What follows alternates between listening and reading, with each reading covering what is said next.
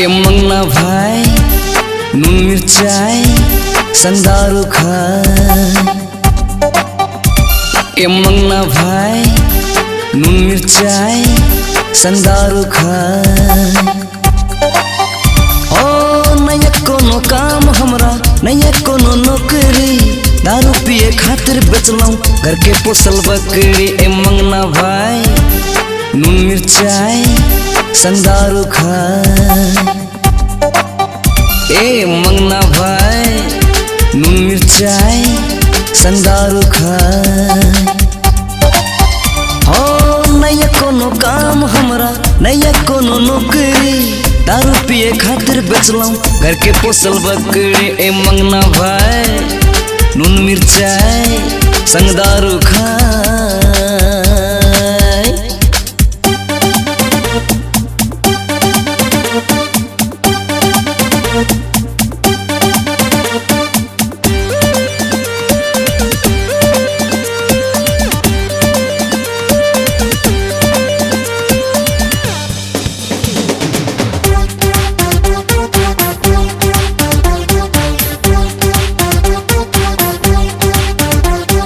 गेलौ हम भैया दारू के दुकान, की कहूं भैया।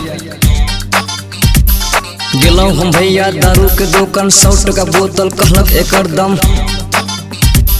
गेलौ हम भैया दारू के दुकान, 100 टका बोतल कहलक एकर दाम। पीलौ हम देसी नाश्ता खेलौ कम हिलैत डोलैत एलौ घरे हम।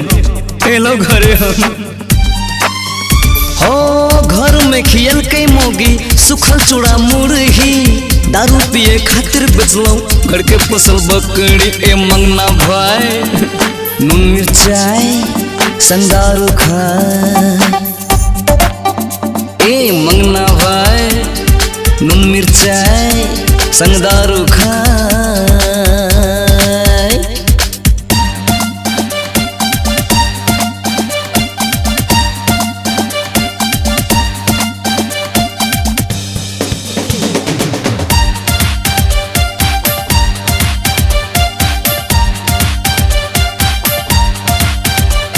नशा के आदत लागल ये भैया, आदत लाचार छी।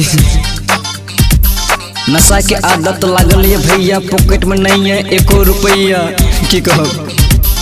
नशा के आदत लागल ये भैया, पॉकेट में नहीं है एको रुपया। मोगी हमरिया बड़ा झगड़ैया, केना के मांगब 100 के रुपया, केना के मांगब यो।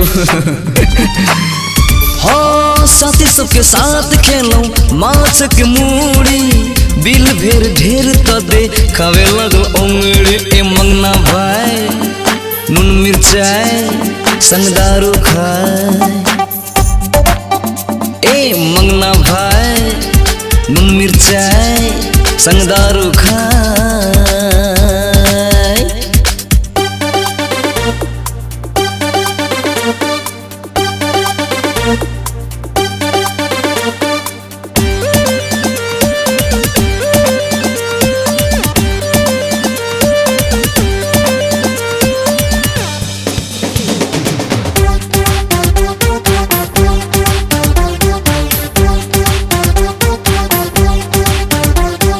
पढ़लौ न लिखलौ नहीं कोनो काज केलौ, की कह भैया। पढ़लौ न लिखलौ नहीं कोनो काज केलौ, शादी करके भैया हम बर्बाद भेलौ। पढ़लौ न लिखलौ नहीं कोनो काज केलौ, शादी करके भैया हम बर्बाद भेलौ। एकटा के की कब छोटा के बाप भेलौ, कन्या के मर के केहन ही पाप केलौ, केहन ही पाप केलौ।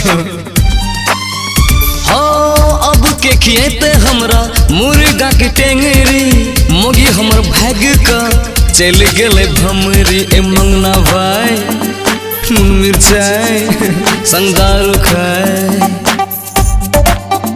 ए मंगना भाई नून मिर्चाई संदारू खाए।